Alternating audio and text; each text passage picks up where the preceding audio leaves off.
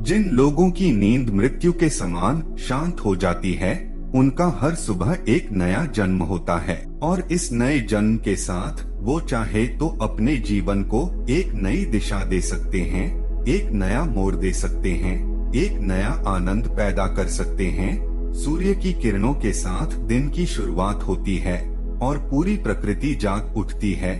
इसीलिए आज मैं आपको एक ऐसी बौद्ध कहानी सुनाने वाला हूँ जिसको सुनने के पश्चात आपको सुबह की कुछ ऐसी आदतें पता चलेंगी जिसके बाद आप अपने पूरे दिन को बहुत बेहतर बना सकते हैं। तो चलिए कहानी शुरू करते हैं। एक गांव में श्याम नाम का एक युवक रहता था। खेती करना उनका खानदानी पेशा था। जहां पर श्याम के माता पिता बहुत ही मेहनती थे, वहीं श्याम बहुत ही आलसी था। वो किसी भी काम को अच्छे से नहीं करता था, या यूं कहें कि उसका मन किसी काम में नहीं लगता था। उसके माता पिता को अक्सर उसके भविष्य के बारे में चिंताएं होती थी कि हमारे जाने के बाद यह कैसे अपना पेट भरेगा, कैसे मेहनत करेगा। उसको खूब डांट फटकार लगाने के बाद भी उसमें कोई अंतर नहीं आ रहा था। दिन ब दिन स्थिति और ज्यादा चिंताजनक होती चली गई। अब श्याम दिन में भी सोता रहता था और सुबह भी बहुत देर से उठता था।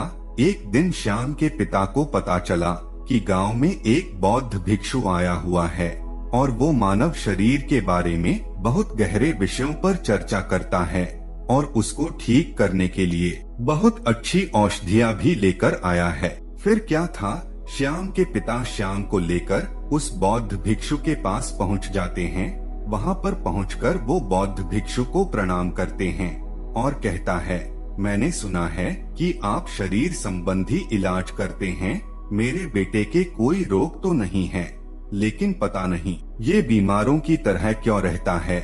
किसी भी काम में उसका मन नहीं लगता है और उसे बहुत जल्दी थकावट हो जाती है। कृपया करके मुझे बताइए कि अगर ये कोई रोग है तो मैं इसका क्या इलाज करूं। ये सुनकर वो भिक्षु उस युवक की नाड़ी की जांच करते हैं और उसके बाद उसके पिता से कहते हैं कि इस बच्चे को तो कोई भी रोग नहीं है, इसे केवल इसके आलस्य ने जकड़ा हुआ है।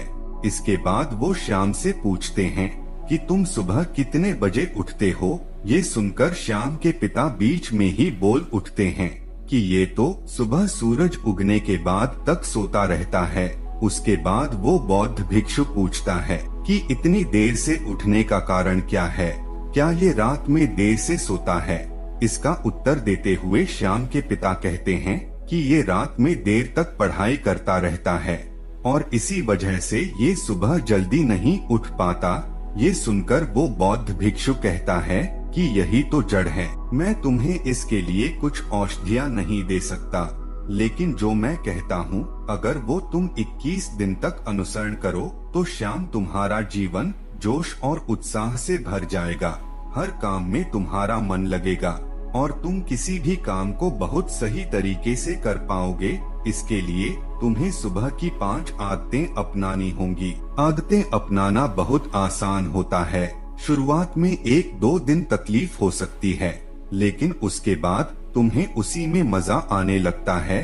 सिर्फ शुरुआत के कुछ दिन कष्ट के सह लो, उसके बाद तुम्हारा जीवन ही बदल जाएगा। सुबह की उन 5 अनमोल आदतों की व्याख्या करते हुए उस बौद्ध भिक्षु ने कहा कि सुबह उठते ही सबसे पहले उस परमपिता परमेश्वर को धन्यवाद दो, क्योंकि उन्होंने इस प्रकृति के द्वारा तुम्हें इस शरीर का अनमोल तोहफा दिया है।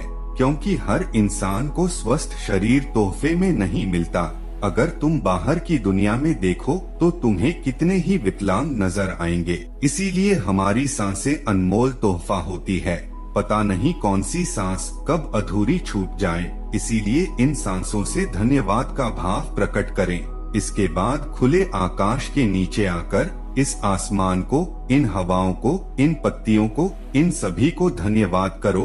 5 तत्वों को स्पर्श करो और उनके भी प्रति अपना आभार व्यक्त करो। इससे तुम्हारा जुड़ाव इस प्रकृति के साथ बनेगा, जिससे तुम आनंद में भर जाओगे। इसके बाद अपने कमरे में झाड़ू जरूर लगाओ, क्योंकि ऐसा करने से आपके कमरे की गंदगी के साथ साथ आपके दिमाग की भी गंदगी साफ हो जाएगी।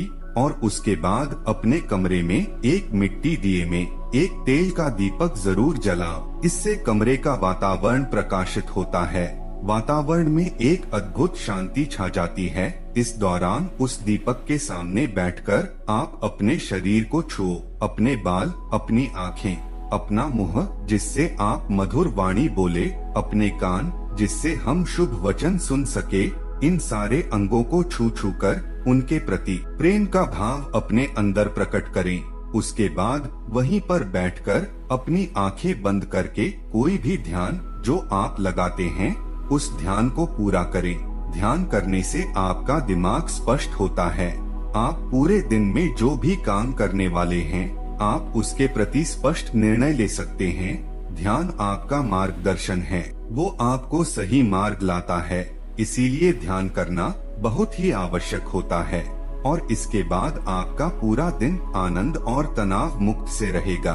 जब आप ये सारे काम पूरे कर लें तो एकांत में बैठकर एक कागज और एक कलम लेकर पूरे दिन की सोच तैयार करें कि आप आज के दिन में क्या क्या करने वाले हैं और आप जो भी काम करने वाले हैं उसमें से किसी एक काम में किसी एक जरूरतमंद आदमी की बिना लालच के मदद करने की संभावना जरूर बनाना।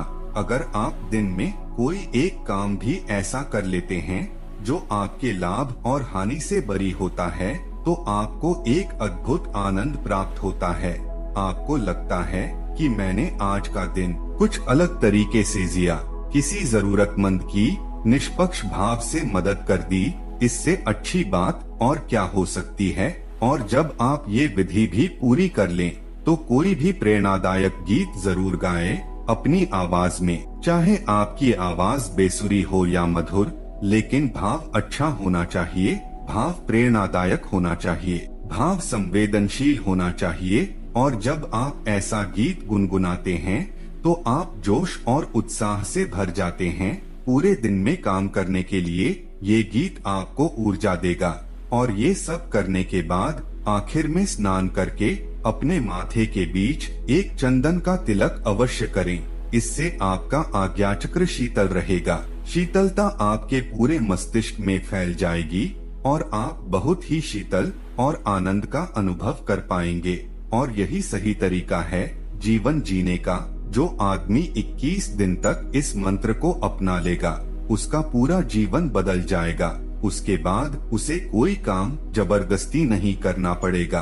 उसे जबरदस्ती अपने मन को किसी काम में धकेला नहीं पड़ेगा, बल्कि वो काम है आपके लिए आनंद बन जाएगा।